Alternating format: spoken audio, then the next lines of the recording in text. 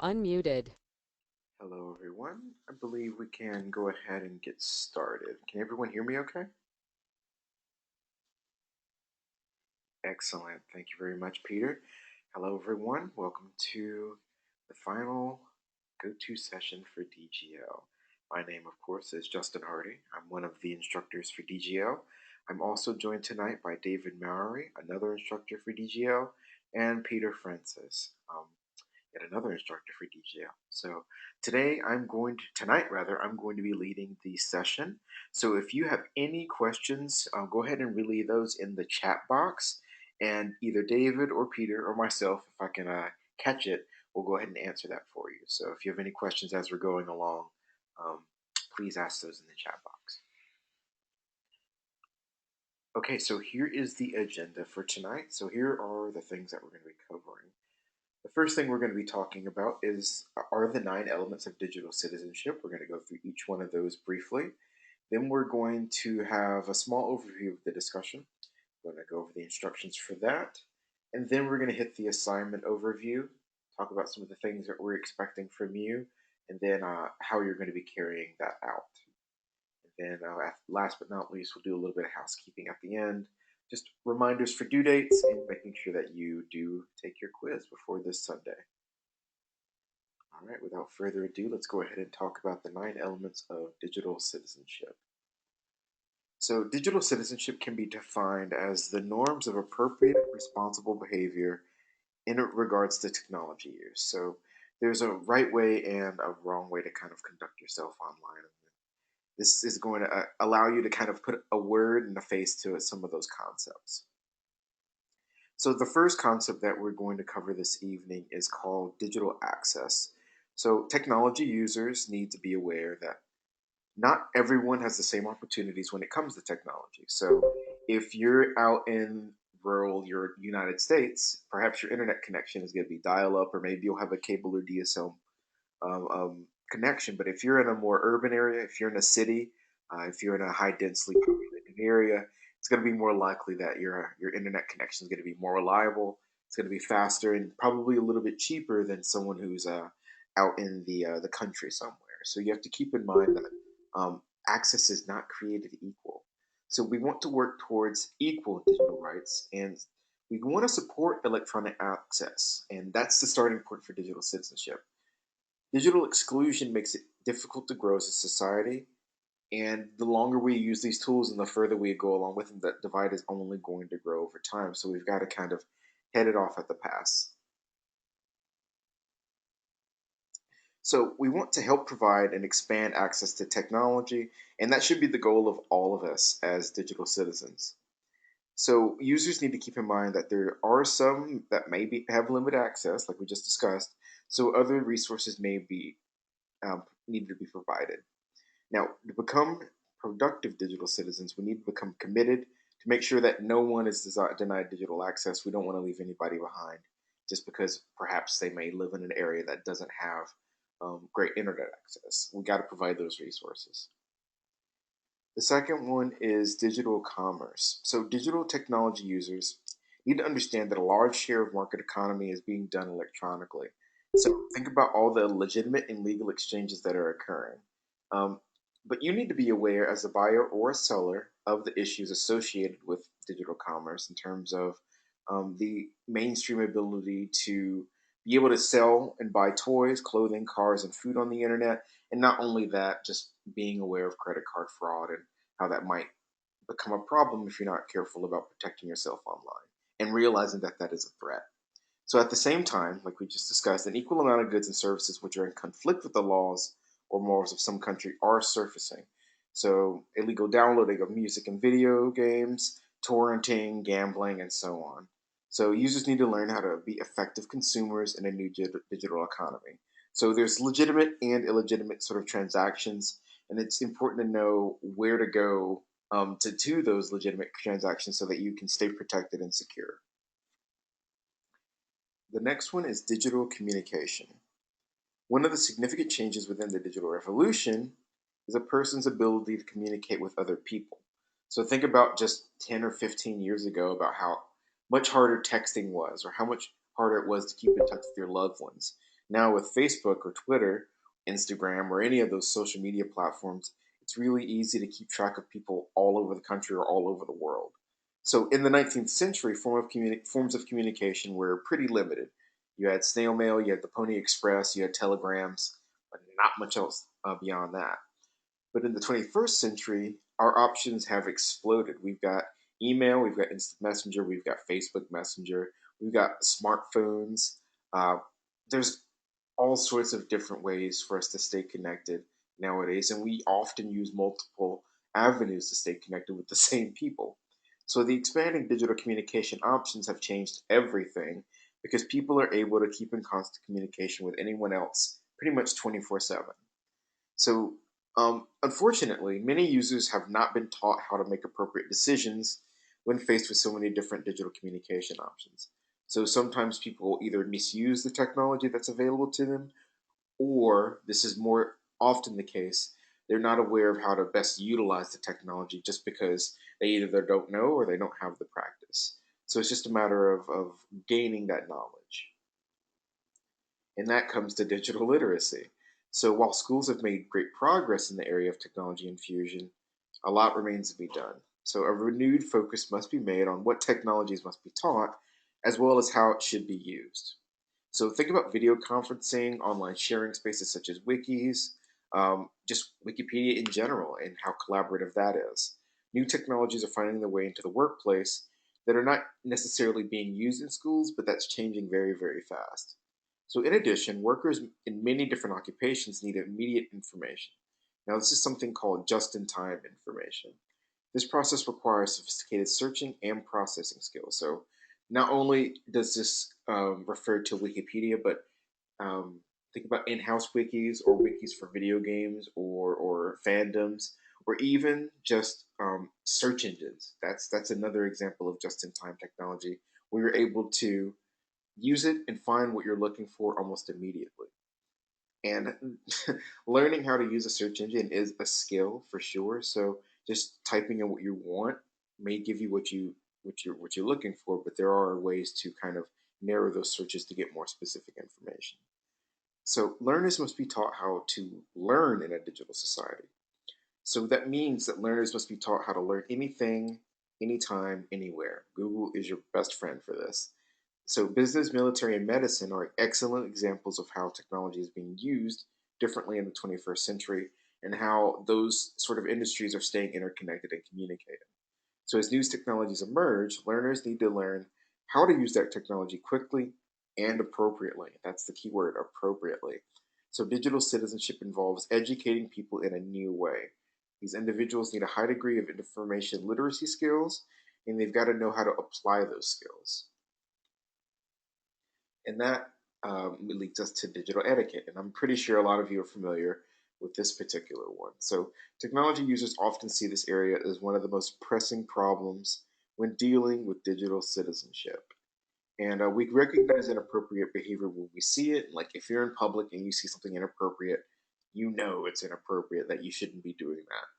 It also applies to your behavior online. Some people just don't know that the things they say or the images they share or the messages that they're communicating aren't necessarily appropriate, but they deliver them anyway. So we have to make sure that we kind of correct that behavior and move it to something that's more constructive rather than destructive or distracting. So many people feel uncomfortable talking to others about their digital etiquette. So that's why we see this sort of thing so often. So rules and regulations are created, or the technology is simply banned to kind of stop this inappropriate use. So think about forums or any sort of message boards that you've been a part of that sometimes they have moderators who might ban posts or ban threads or anything like that, where they kind of try to keep the discussion focused rather than having just a free for all. So it's not enough to create rules and policy. You can only ban so much. We've got to teach everyone to become responsible digital citizens in this new society. So teaching people how to conduct themselves appropriately from the get go is way easier than kind of trying to curtail everyone's bad habits at the same time. So you have to do your part. I'm going to go ahead and take a drink of water here. Okay, so our next element of digital citizenship is digital law. So, digital law deals with the ethics of technology within a society. This kind of ties into digital commerce a little bit earlier. So, unethical use manifests itself in the form of theft and or crime. So, ethical use manifests itself in the form of abiding by the laws of society. So, users, we need to understand that stealing or causing damage to other people's work, identity, or property online is a crime. So there are certain rules that society that users need to be aware of in an ethical society. So these laws apply to anyone and everyone who works or plays online. So hacking into others' information or downloading illegal music, plagiarizing papers or documents or anything like that, creating destructive worms or viruses, sending spam or stealing anyone's identity or property is unethical online. So think about anything that you would consider to be illegal in the real world. 9 times out of 10 is going to be illegal online too. So it's all about using your common sense. You can kind of know where those boundaries are. That leads us to digital rights and responsibilities. So, just as in the American Constitution, where there's a Bill of Rights, there's a basic set of rights extended to every digital citizen. That includes you, that includes me. So, digital citizens have the right to privacy, they have the right to free speech, and all the other sort of freedoms and rights and privileges that we enjoy. And digital citizens have the right to all of these, of course, and basic digital rights must be addressed, discussed, and understood in the digital world so that you know what your rights are. It's one thing to have your rights, it's another entirely to understand what they are and know how to exercise them. So, with these rights also come responsibilities. So, users must help define how the technology is to be used in an appropriate manner. And in this digital society, these two areas must work together for everyone to be productive. All right, so digital health and wellness. This one I'm kind of bad about, so I'm gonna kind of preach to the choir here. So do as I say, not as I do. So eye safety, repetitive stress syndrome, and sound ergonomic practices are issues that need to be addressed in a new technological world. I'm really, really bad about being in front of a computer screen all day long, about sitting at a desk all day long. So I do try to kind of get away from that and take walks and try to take care of my eyes because I do wear glasses and they can't get any better from here. So beyond the physical issues, there are those of psychological issues as well that are becoming more prevalent, such as internet addiction, gaming addiction. I'm sure we've all run into that ourselves where we find a game that we just really love to play and we do it at the exclusion of everything else. And that's okay sometimes, maybe on the weekends, but it's good to have some sort of routine where you kind of relax and decompress and get away from your digital technology. So users need to be taught that there are inherent dangers to technology. We're connected all day, every day, either our mobile phones or our laptops or our PCs or our Xbox or the PlayStation 4, whatever it is, we're connected. But you have to be aware that there are some risks involved if you're engaged with that technology on a constant chronic basis. You want to kind of step away sometimes. And digital citizenship includes a culture where technology users are taught how to protect themselves through education and training. So you have to recognize like repetitive stress syndrome and eye strain and carpal tunnel syndrome and how your back feels. You want to be aware of all of these different factors that might come to play if you engage in the use of technology a little too long, a little too often. I'm bad about this, but it's something I try to work on. So digital security. This kind of ties into digital law a little bit. And so in any society, there are individuals who steal, deface, or disrupt other people. It's impossible to get away from that, so we just got to accept it. So the same is true for our digital communities. It's not enough to trust other members in the community for our own safety. So in our own homes, we put locks on our doors, and we put fire alarms in our houses to provide some level of protection. So you want to do the same for your digital or your security as well. So you've got to have virus protection. You've got to have backups of your data, whether it's backed up to the cloud, whether it's backed up on a hard drive. And think about control for your equipment. Most people don't think about acts of God that might occur and wipe out all your data. So if your computer is just jacked into the wall and it's not attached to a surge protector, and we get a really bad thunderstorm, that might cause a little bit of problems for you if you're not prepared for that. So make sure that you protect your equipment as well as your data. So there's a couple of things you want to consider. As responsible citizens, we want to protect our information from outside forces that might cause disruption or harm. You don't want anybody stealing your data. You don't want to lose your data because of a thunderstorm. So definitely be conscientious about that and take care of yourself and know how to protect yourself. So those are the 9 elements of digital citizenship. Are there any questions before we move on? And if you want to read over those individually, those are available in the Read and View activity, I believe. So you can review those individually. We did cover digital access, digital commerce, digital communication, digital literacy, digital etiquette, digital law, rights and responsibilities, health and wellness, and security. All right, guys, so if there are no questions about the 9 elements, let's go ahead and move toward the discussion. And we're going to go over some of the topics and what we want you to do for um, your response post and everything like that. Okay, so here are your discussion topics for our final week 4 discussion. So, as a professional in the entertainment, film, or media industry, which of the 9 elements of digital citizenship is the most important to keep in mind? Now, there's no right or wrong answer for this particular question. Which one is the most important to you? And we'd like you to share examples of when any of these issues has been an issue in the life of someone you know or yourself.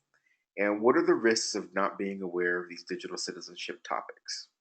So we do want you to kind of review the 9 elements before you answer this particular topic, but we do want you to choose the most important one to you.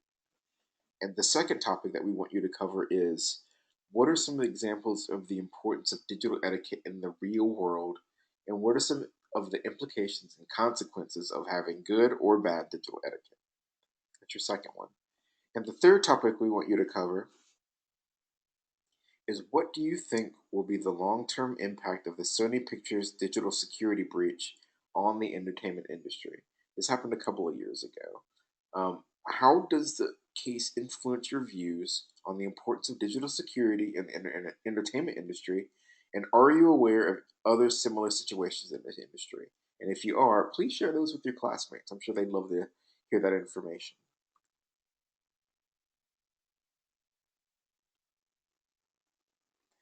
Only the discussion topics, Barrington. So everything that we covered right here, these are going to be the things that you're going to be addressing. And that's going to be for your initial post. And we would like you to share your reflection on these 3 topics by 11:59 Wednesday night Pacific time. So if you could deliver your initial post by that time, and of course your response post is going to be due this coming Sunday at 11:59 Pacific time as well. And as you're working, make sure that everything for your discussion post falls in this exceptional column. So always feel free to come check out the rubric for reference as you're creating your discussion post, and making sure that you're hitting all these marks here that we're looking for you to hit. Are there any questions about the discussion before we move on to your assignment?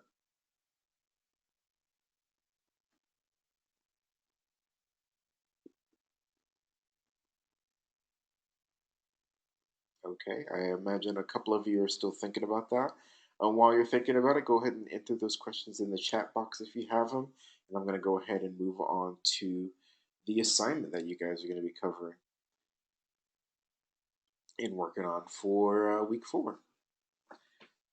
Okay, so here's what you're going to be doing for week 4. This is the digital responsibility promotional piece assignment. So I'm going to go ahead and copy this link here for you guys. Let's see if I can, there we go. And these are some topics that you guys can think about using for your assignment. By all means, you're not limited to the topics available on this page, but they probably will give you at least um, a couple of starting ideas for suggestions of maybe you want to go in this direction or that direction. So it's worth a look. So what you want to do is you want to select one of these topics and conduct your own additional research, and then create a community public service promotional piece, such as a poster, a billboard, print, or online display ad. And just to clarify, you're going to pick a topic that has to do with digital responsibility. And this link that I just provided will give you just a list of different topics available to you. You're not beholden to that list specifically, but it should give you an idea of where we would like you to go with your topics. And once you've come up with a topic and you've selected one, you're going to create a poster, billboard, print, or online display ad. That's your first choice. Your second choice is a script for a public service announcement about your topic. Your third choice is an audio file of a radio public service message. So you can create a script for your public service announcement and you can record it or record it, whichever one you prefer to do. You can create a storyboard for a short public service video or film if you'd like to get a little creative. Or you could do a short public service video message where you kind of create a little video. You don't have to necessarily have to be on video. You don't necessarily have to say anything out loud. You can kind of use audio cues and some graphics if you want to, but just make sure that you're using everything that's Creative Commons. And we're going to talk a little bit about that a little bit later.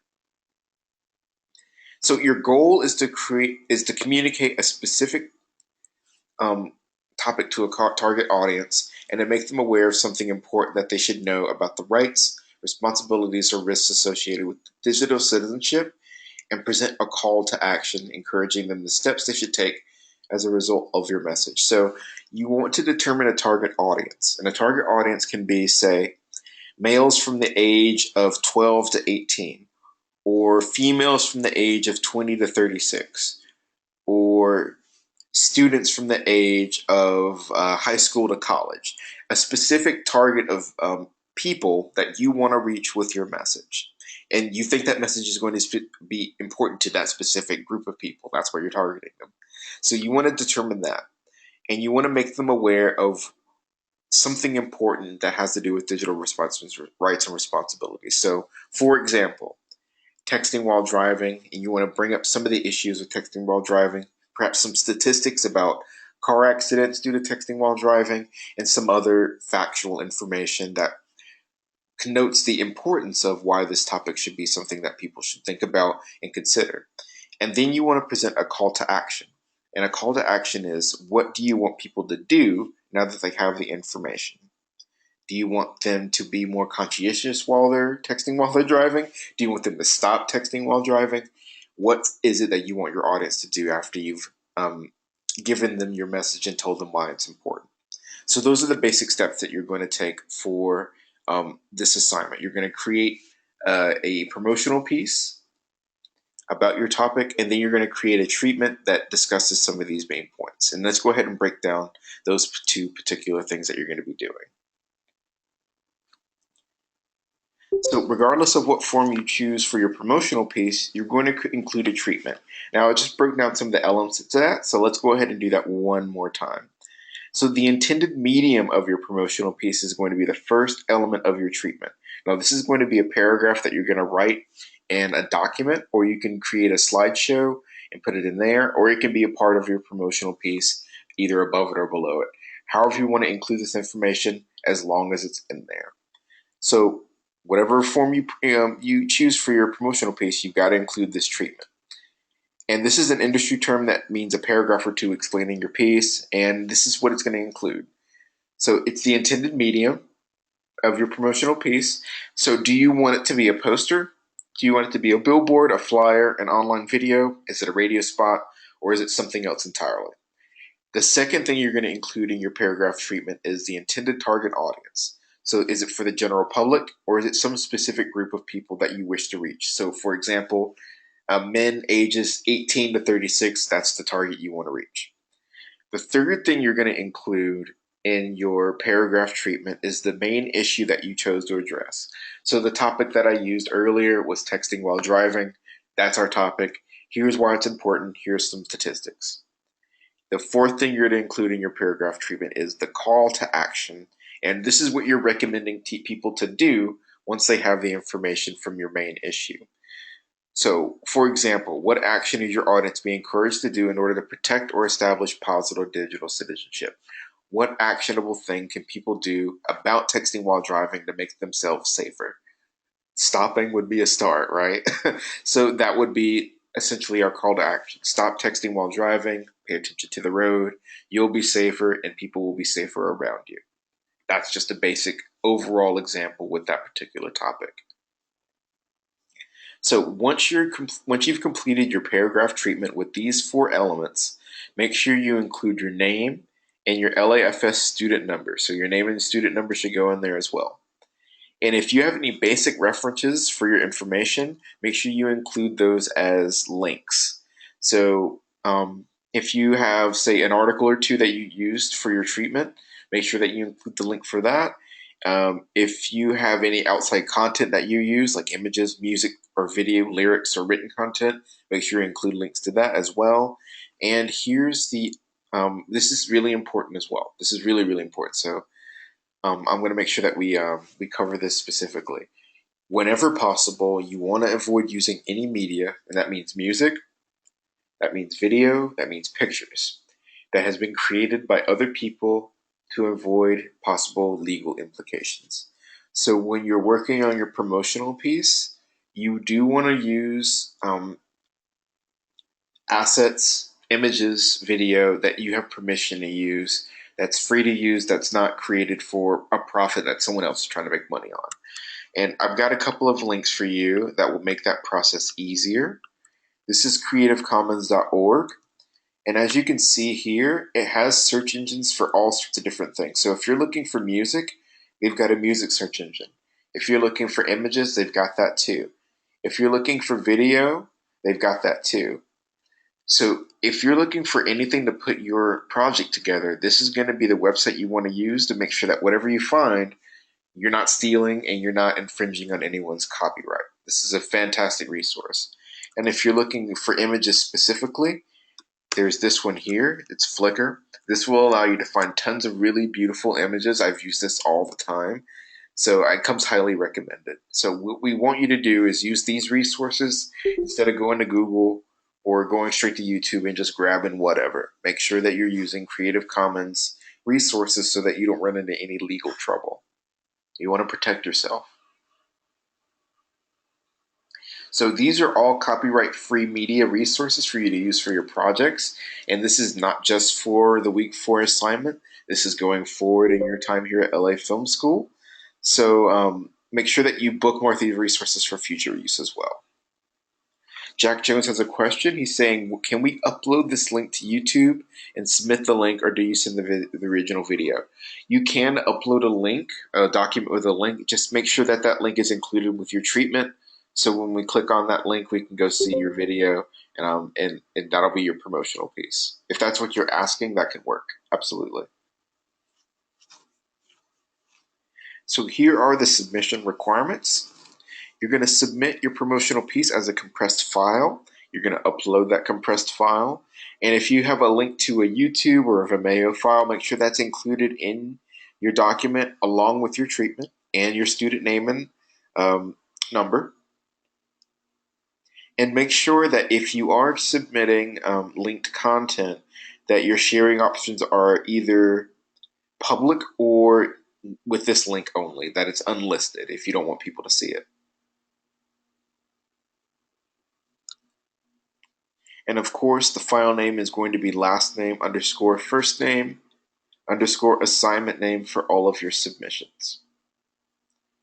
And of course, not only do you have Peter, David, and myself as resources as you're working, don't feel like you're left out in the weeds. As you're working, make sure that you take a look at the rubric to make sure that everything is falling in this exceptional column here. So just use this as a reference. And if at any point you're unclear about how to put together your promotional piece, or if you're not sure about a topic, make sure to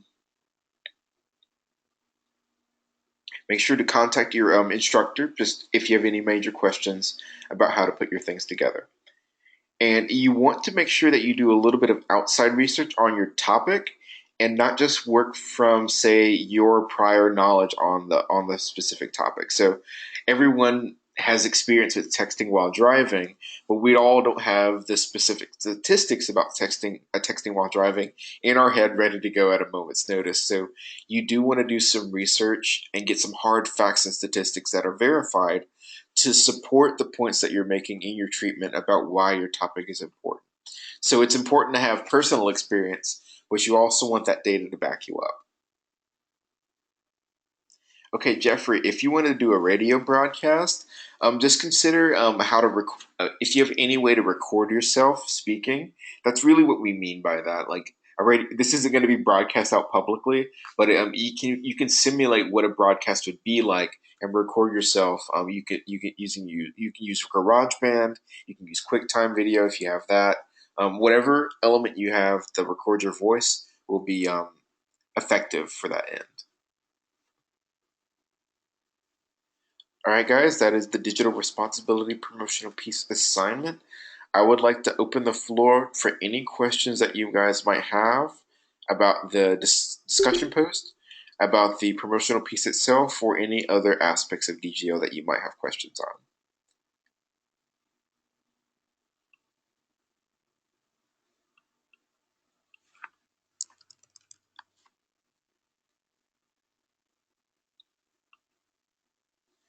Okay, Jack, you can use copyright material if you get express permission from the source. If you can't get that permission, we can't allow that. That's why we provide those Creative Commons resources. That should be your first line. Copyrighted information. If you can get those permissions, that should be your very last resort. We just keep in mind you've got a week left, and we don't want you to run up against your time looking for those permissions if they don't come to you immediately. So just be careful about that if that's what you're looking for.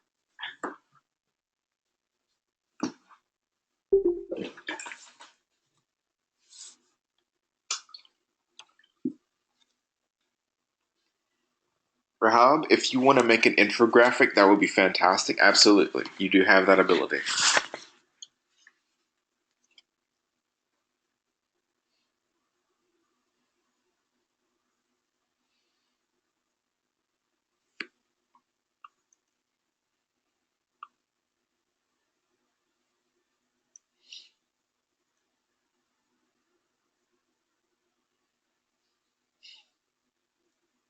And of course, guys, don't forget, in addition to your response boost by Sunday, make sure you complete Knowledge Quiz 4 by Sunday as well. It's the very last one, so you do want to grab those points. So not only is your discussion post response due, quiz is due that night, and your assignment. So you guys want to finish strong.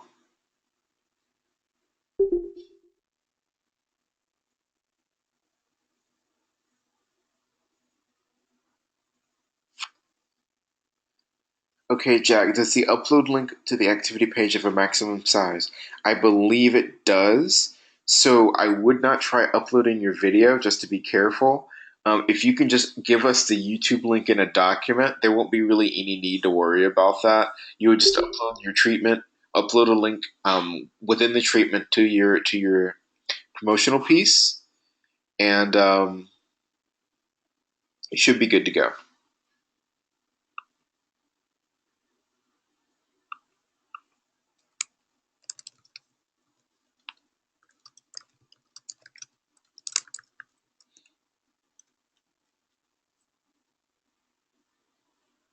Edward, in addition to GarageBand, if you have access to QuickTime, the premium version of QuickTime, that's a long shot. That has a recording function. Generally, most computers or most cell phones come with a recording function. It's just your microphone might not be the best if you don't have a specific setup. So um, it's really going to depend if you've got a PC or a Mac, honestly. If you don't have access to GarageBand, that's good. That's fine. But there should be a way for you to record your voice. I would definitely check your computer for any applications you might have that will just allow you to record any audio.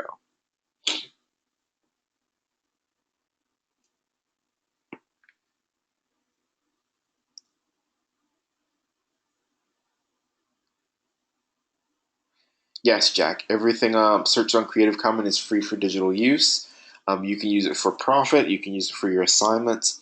It's just a free for all grab bag of stuff that verifiably is allowed for people to use for whatever they'd like.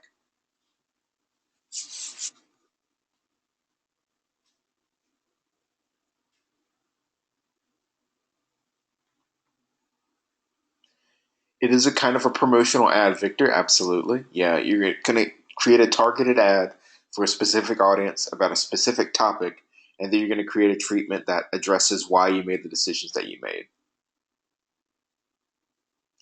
Okay, Jeffrey, so you would turn that audio file into an MP3. That's probably the best thing to compress it into, and then you can just zip that MP3 the same way that you would zip your compressed files that are your documents. So it's going to work the same way. Just be careful of your file size. It might get a little big, but you should be okay. Absolutely. If you need help with that, just contact online support.